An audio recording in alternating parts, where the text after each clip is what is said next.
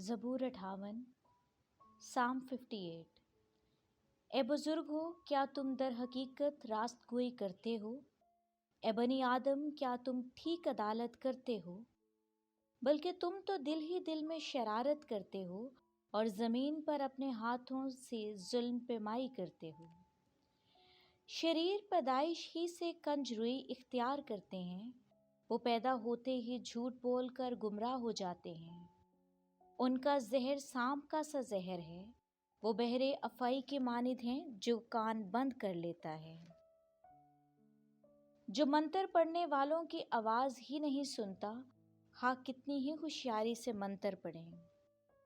اے خداوند، تو ان کے دانت ان کے منہ میں توڑ دے، اے خداوند ببر کے بچوں کے داڑیں توڑ ڈال، وہ گھل کر بہتے پانی کے مانند ہو جائیں، جب وہ اپنے تیر چلائیں تو وہ گویا کنت پیکان ہوں۔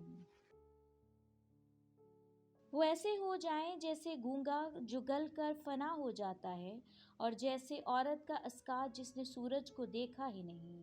اس سے پہلے کہ وہ تمہاری ہڈیوں کو کانٹوں کی آنچ لگے، وہ ہرے اور جلتے دونوں کو یکساں بگولے سے اڑا لے جائے گا۔